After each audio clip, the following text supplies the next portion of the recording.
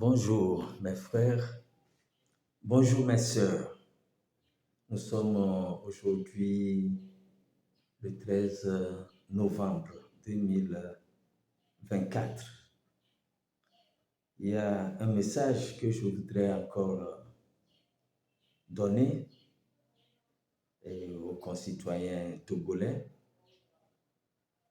et puis faire un clin d'œil au président Donald Trump, le féliciter pour sa victoire. C'est vrai que je suis plus démocrate que républicain. Mais néanmoins, le président Trump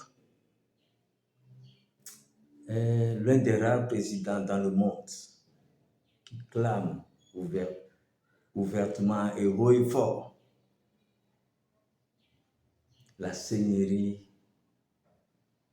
de Jésus-Christ. Il affiche clairement, sans gêne, sa chrétienté. Et pour ses idéologies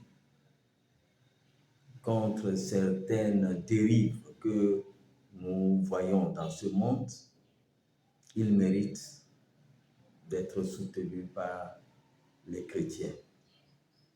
Je l'apprécie. Il reconnaît Israël.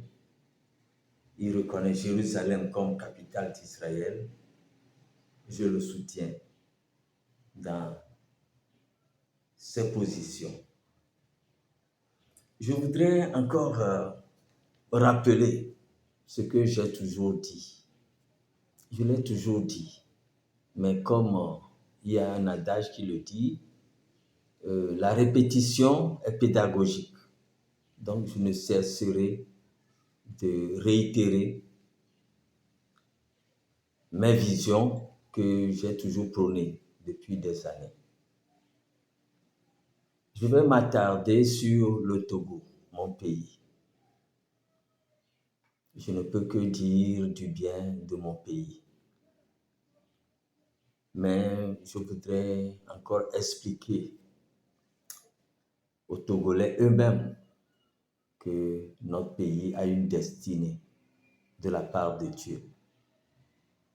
Et quand vous prenez la carte du Togo, vous devrez remarquer, et ça, il y a d'autres qui remarquent cela aussi, je ne suis pas le premier. Il y a d'autres qui remarquent aussi que le Togo est comme un être humain, donc qui a une tête que voici. Et je peux dire que ce qui va comme ça, en réalité, c'est la chevelure que Dieu a imagée. Je vais revenir sur un exemple d'être humain avec la même chevelure. Donc ici, vous voyez bien que c'est l'épaule. Et quelle est la remarque qu'on peut faire? On dira que l'armée est majoritairement constituée de personnes qui proviennent de cette partie. Effectivement, qu'est-ce qu'on nous dit? La domination reposera sur son épaule. Quand on parlait de Jésus-Christ, on dira, le texte dit la domination reposera sur son épaule. Et nous savons que l'épaule symbolise aussi la force. La force. Donc, ce n'est pas étonnant que ceux qui proviennent de cette partie qu'on peut appeler région de Kara constituent en majoritaire l'armée. Maintenant ici, c'est un peu les fesses et puis ça continue. Mais là, nous avons comme le genou. Ici, il y a comme un ventre, un ventre ici. Mais là, c'est la place du genou. C'est la place du genou. Et puis, curieusement, là-bas, on l'appelle Cloto, région de Cloto. Or, le genou, c'est Clos. On dira peut-être que c'est des tortues qu'on voit là-bas, mais pour moi, ce n'est pas au hasard qu'on appelle là-bas Cloto. Et je dis même, ce n'est pas au hasard qu'on appelle le Togo Togo. Je vais y revenir. Donc, voilà un être humain.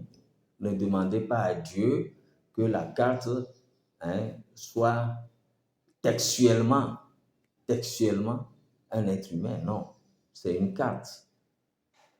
Il y a peut-être des colons qui ont travaillé sur les frontières, mais néanmoins, nous pouvons dire que Dieu a œuvré de sorte qu'il y ait un être humain. Et puis le petit bras qui est là, un petit bras qui apparaît. Et quand nous prenons cette carte, j'ai fait un rapprochement. Là où je dis que ici c'est un peu comme la chevelure, je reprends la carte en grand ici, où je dis que ici c'est la chevelure qui déborde. Et nous avons un célèbre ancien président et encore nouveau président qui est réélu, que vous pourriez vous-même remarquer ici, avec la chevelure qui déborde. Et pour moi, je dis, c'est ça le Togo. La tête que Dieu a essayé d'illustrer. Ça ne peut pas être exactement cela, mais vous voyez clairement cela. Et voilà, ici c'est un peu le cou à ce niveau, l'épaule qui va là, l'épaule. Et puis bon, le reste, ça s'arrête là. J'ai juste agrandi pour que vous puissiez comprendre que c'est un être humain qui a sa chevelure débordée, comme la chevelure de M. Donald Trump. Oui, donc, qu'est-ce que je voudrais dire en faisant cette présentation du Togo en tant qu'être humain? Quand je vois les cartes des autres pays, par exemple, la Côte d'Ivoire a la forme d'un éléphant. Quand je prends le Niger, je remarque que c'est comme une poule ou un coq ou un oiseau qui est en train de picorer au sol. Et donc, vous comprenez, tout ça peut paraître être du hasard, mais néanmoins, pour le Togo, nous avons la forme d'un être humain. Nous avons la forme d'un être humain. Et pourquoi cette forme? J'ai toujours dit que l'Afrique représente la tête d'un être humain. Et ça, je suis le seul et le premier à l'avoir révélé. Personne d'autre, que ce soit en Chine, en Inde, ne viendra vous dire que c'est lui l'auteur de cette révélation. J'en suis l'auteur, le premier à démontrer que l'Afrique représente la tête d'un être humain. Et je suis le premier à avoir commenté toutes les cartes du monde. Si vous allez sur YouTube, vous verrez mes publications sur YouTube où j'ai commenté toutes les cartes du monde. En temps normal, ça mérite une reconnaissance, un minimum de reconnaissance. Google ne peut pas me démentir, YouTube ne peut pas me démentir. Je suis le premier et je revendique cela. Et j'ai fait les dessins avec mes mains ou ma main droite. Donc, j'ai toujours dit que l'Afrique, Dieu lui a donné une forme parce que là, ce ne sont pas les colons qui ont délimité. Ce n'est pas les Nations Unies qui ont délimité. L'Organisation des Nations Unies. Là, ce n'est pas l'ONU qui a délimité. C'est Dieu même qui a donné cette forme à l'Afrique par sa providence divine.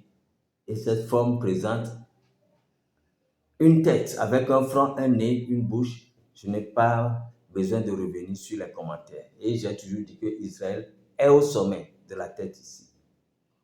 Maintenant, que comprendre du Togo? Voilà. Le Togo, j'ai toujours dit qu'il est au niveau de l'oreille. Et d'ailleurs, je dis c'est To, oreille, qui ressort du nom Togo, même si on dit que c'est Togodo, mais pour moi, c'est To qui ressort, l'oreille. Donc, le Togo, je dis, c'est le trou de l'oreille de la tête africaine.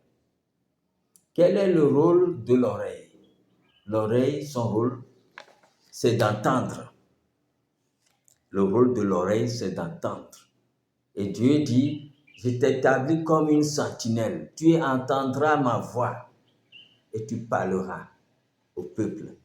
Donc, le Togo, en réalité, son rôle, c'est un rôle de prophète qui doit entendre de la part de Dieu. Un rôle de sentinelle de l'Éternel. Et ne soyez pas étonnés quand Sylvanus Olympio, le jour de l'indépendance, a déclaré « Sentinelle, que dis-tu de la nuit ?» Sentinelle, que dis-tu de la nuit? La nuit est longue, mais le jour vient. Il a tiré du livre d'Ésaïe. Alors, comprenez que le Togo est une sentinelle qui doit entendre la voix de Dieu et l'annoncer aux autres nations.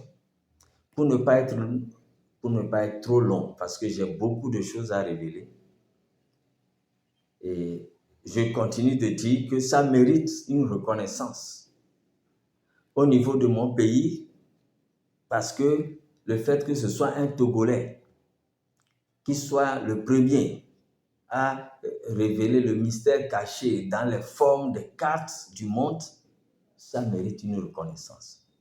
Aussi une reconnaissance sur le plan international.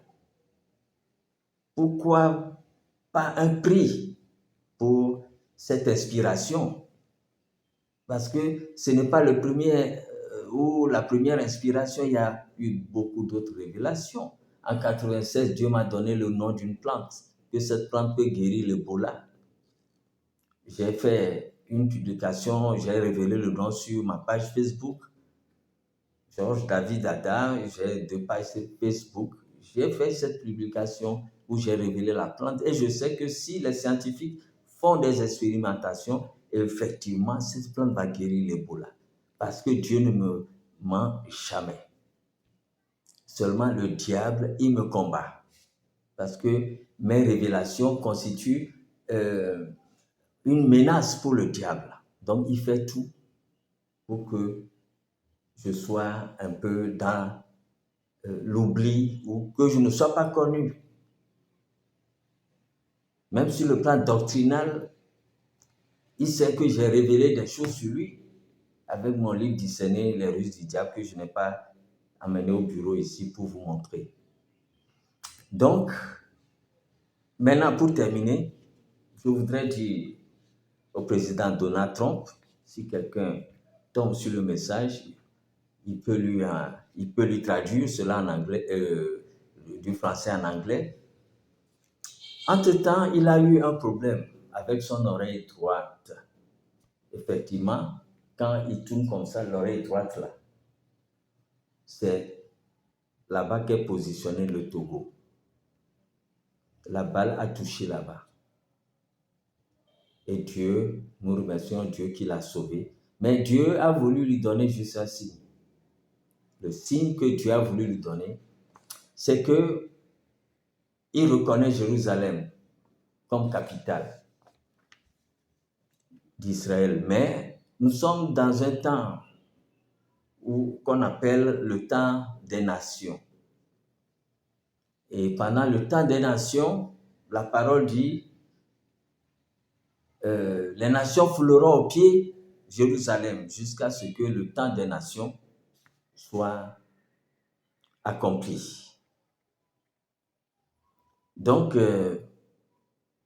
c'est pour dire que parmi les nations, Dieu, parce que les enfants d'Israël ont été très têtus, hein, quand Jésus dit « Jérusalem, Jérusalem, qui tue les prophètes, combien de fois j'ai voulu... voilà, Matthieu 23, verset 37. « Jérusalem, Jérusalem, qui tue les prophètes et qui lapide ceux qui te sont envoyés. Combien de fois ai-je voulu rassembler tes enfants, comme une poule rassemble ses poussins sous ses ailes, et vous ne l'avez pas voulu. » Voyez? Alors, verset 38, « Votre maison vous sera laissée déserte. » Verset 39, « Car je vous le dis, vous ne me verrez plus désormais jusqu'à ce que vous disiez, béni soit celui qui vient au nom du Seigneur. » Donc, tant que les Juifs, l'État d'Israël ne reconnaîtra pas de façon solennelle, officielle, que Jésus-Christ est son Messie, la parole dit que les nations fouleront aux pieds Jérusalem jusqu'à ce que le temps des nations soit accompli. Donc, dans la dispensation d'aujourd'hui, des temps des nations, ce que Jésus leur dit, il dit que le royaume leur sera enlevé. Et Matthieu 21, verset 43, « C'est pourquoi je vous le dis, le royaume de Dieu vous sera enlevé et sera donné à une nation qui en rendra les fruits. » Le royaume de Dieu vous sera enlevé. Ça veut dire que dans notre dispensation du temps des nations, Dieu a enlevé le royaume à Israël et l'a donné à une nation. Et j'ai toujours dit que cette nation, c'est le Togo. Et Ésaïe 21, verset 11, « Oracle sur Douma. » Et d'ailleurs, Douma, c'est un nom élevé qui veut dire ce pays-là. On me crie de Séir. Or, c'est, ça veut dire écoute. C'est, quand on dit à quelqu'un, c'est nous, écoute. Sentinelle, que dis-tu de la nuit? Sentinelle, que dis-tu de la nuit? Verset 12, la sentinelle répond, le matin vient et la nuit aussi. Si vous voulez interrogez, convertissez-vous et revenez. Voilà le texte, original. Mais quand Sylvanus Olympio a repris cela, il dit, la nuit est longue, mais le jour vient. Donc ici, la sentinelle répond, le matin vient, parce que Jésus, l'étoile brillante du matin, n'était pas encore là. Nous sommes dans l'Ancien Testament. Donc Jésus va venir. Mais la prophétie dit qu'après Jésus, il y aura encore une nuit. C'est le temps de l'apostasie dans lequel nous sommes actuellement. Où Jésus dit de l'église de Laodicée qu'elle est aveugle. Nous sommes dans le temps de l'apostasie. Où les vierges, il y en a qui dorment. Mais il y en a qui sont sages, qui ont de l'huile dans leur lampe. Et nous attendons quoi? L'enlèvement qui va venir, peut-être dans le mandat de Trump, ou après Trump, nous sommes à la porte. Nous sommes à l'heure, ça dit qui vient avant minuit. Donc, maintenant que Jésus est déjà venu, pendant ce temps où des gens disent, nous attendons le Messie, nous attendons son retour, Paul a dit que même que peut-être eux, ils ne mourront pas avant qu'ils ne reviennent. Mais nous sommes toujours dedans. C'est ça, la nuit est longue. Mais nécessairement, Jésus va revenir. Il y aura l'enlèvement. Et parfois, les gens disent, 2 Pierre 3, verset 9, le Seigneur ne tarde pas. Les gens disent, mais vous, là, vous dites que votre Seigneur va venir, mais depuis là, il ne vient pas. Et Paul dit, non, Pierre dit, 2 Pierre 3, 9, le Seigneur ne tarde pas dans l'accomplissement de la promesse, comme quelques-uns le croient, mais il use de patience envers vous, ne voulant pas qu'aucun périsse, mais voulant que tous arrivent à la repentance. Donc, Jésus devrait revenir depuis, mais quelque part, c'est comme on retarde sa venue parce que les gens ne sont pas prêts. il y a un dernier réveil qui doit venir dans le monde. Et ce dernier réveil doit quitter le Togo, qui est l'oreille. Parce que quand quelqu'un dort et on veut le réveiller, on l'appelle par son nom. Exemple, je dis Samuel, Samuel, c'est l'oreille qui entend et qui sait que, ah, on m'appelle. Et c'est comme ça que nous réveillons tous les matins nos enfants qui vont à l'école. Nous les appelons par leur nom. Victoria, Sarah, ça c'est le nom de mes deux filles, ma grande fille Sarah et puis la Benjamin Victoria. Je n'ai que deux filles, c'est beaucoup pour moi. Dieu m'en donnera encore, ne dites pas que je suis vieux. Donc, on appelle la personne, c'est l'oreille qui perçoit. C'est comme on m'appelle et ça donne au cerveau, la personne se réveille. Et le réveil qui doit venir, c'est le Togo qui doit entendre. Donc, quand Dieu dit terre écoute, la partie de la terre qui est concernée, c'est l'Afrique qui représente la tête.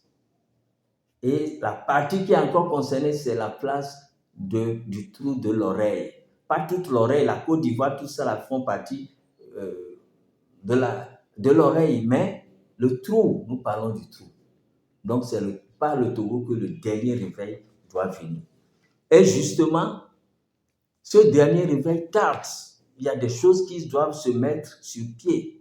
Et même le Togo qui doit rentrer dans une dimension d'être réellement le royaume de Dieu.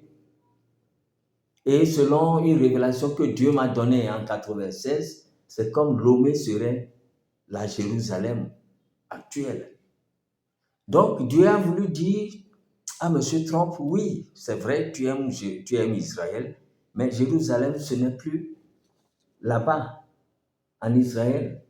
Je l'ai transféré au Togo. Donc il a eu une balle ici, c'est un signe. Expliquer cela à Donald Trump que Dieu veut lui parler d'un pays qui s'appelle le Togo. Je voudrais terminer pour dire que réellement, Dieu a dit que le royaume sera arraché à Israël et sera donné à une autre nation. Cette nation-là, je vous confirme que c'est le Togo parce que Dieu m'a donné beaucoup de révélations là-dessus. Et Dieu a donné aussi d'autres messages à ses prophètes où il dit clairement que ce n'est pas des langues d'étrangers, d'un peuple qui ne parle pas l'hébreu ni l'araméen, c'est-à-dire les langues qui sont parlées en Israël. C'est des langues, Ésaïe 28, verset 11. Eh bien, ce n'est pas des hommes aux lèvres balbutiantes et au langage barbare que l'Éternel parlera à ce peuple. Donc, les prophéties même le disent, que Dieu va s'adresser à Israël, mais pas des étrangers, des gens qui parlent des langues qu'on peut considérer même barbares. 1 Corinthiens 14, 21, il est écrit dans la loi, c'est par des hommes d'une autre langue et par des lèvres d'étrangers que je parlerai à ce peuple et ils ne m'écouteront pas. Même ainsi, dit le Seigneur. Donc, nous sommes dans un temps où Dieu a déplacé le royaume et je dis au monde entier que le royaume est déplacé au Togo, qui est comme un être humain, une sentinelle, qui doit attendre la voix de Dieu et l'annoncer à toutes les nations. Et même l'annoncer à Israël parce que la parole dit, c'est pas un peuple d'une langue étrangère que je parlerai à ce peuple et ils ne m'écouteront pas. Je voudrais profiter pour saluer l'ancien ambassadeur d'Israël en Côte d'Ivoire, avec qui j'ai noué une très bonne amitié. Il me recevait même sans rendez-vous. Il me reçoit, il demande à la secrétaire de me servir du thé et il me parle même là où le thé est cultivé en Israël. C'était un grand ami, son Excellence Daniel Kedem. Je sais qu'il n'est plus à Abidjan, il doit être chez lui. Que Dieu le bénisse, que Dieu lui donne longue vie, je le salue. Et je salue aussi la famille Schneider en Israël, toutes les familles Schneider à Jérusalem. Je salue, j'aurais appris qu'il est décédé, Ludwig Schneider, qui était le patron de Israel Heute, le journal, le magazine qui est en allemand, Israel Heute. Je salue toute sa famille parce qu'il y avait quand même des correspondances entre nous. J'ai même ses lettres et il m'a donné des copies de ce magazine-là, Israel Heute. Il m'avait donné des copies. Que Dieu le bénisse. Je bénisse, excusez-moi, je bénis tous les juifs messianiques qui sont en Israël. Et je crois que votre influence doit amener les autres à reconnaître que Jésus, c'est leur Messie. Il n'y en a pas un autre. C'était une erreur quand le peuple priait que son sang, Pilate voulait laver les mains, qu'il est innocent du sang de ce juste-là. Ou bien, oui, il s'en lave les mains. Le peuple priait que son sang retombe sur nous et sur nos enfants. Vous voyez ce qui s'est passé après, avec tout ce que le peuple juif a souffert dans l'Holocauste et les camps de concentration. Oui, mais c'est ça le problème. Quand on fait des déclarations, inévitablement, il y a des conséquences. Et Jésus-Christ disait aux femmes, ne pleurez pas pour moi, mais pleurez pour vous et vos enfants. Jésus savait de quoi il parlait. Luc 23, verset 28, Jésus se tourna vers elle et dit, « Fille de Jérusalem, ne pleurez pas sur moi, mais pleurez sur vous et sur vos enfants. » Parce qu'il y aura nécessairement des conséquences. Mais Dieu dit, à cause de son nom qui est invoqué sur ce peuple-là, il continuera de les protéger. Donc, que des gens ne pensent pas que, même si Dieu dit que c'est un peuple au cou raide, ils pourront combattre Israël et le vaincre. J'ai toujours dit que Israël, c'est au sommet ici. Et chez les enfants, on sent le mouvement de respiration ici. Même chez les adultes, Dieu est en train de dire, c'est là où j'ai placé mon peuple, c'est au sommet de la tête africaine. D'où je dis qu'Israël fait partie de l'Afrique. Mes amis, Dieu vous bénisse. C'est le révérend Georges David Ada.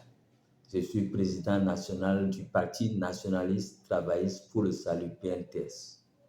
J'avais salué les Schneider en Israël, je salue aussi les Schneider en Allemagne. Dieu vous bénisse. Shalom.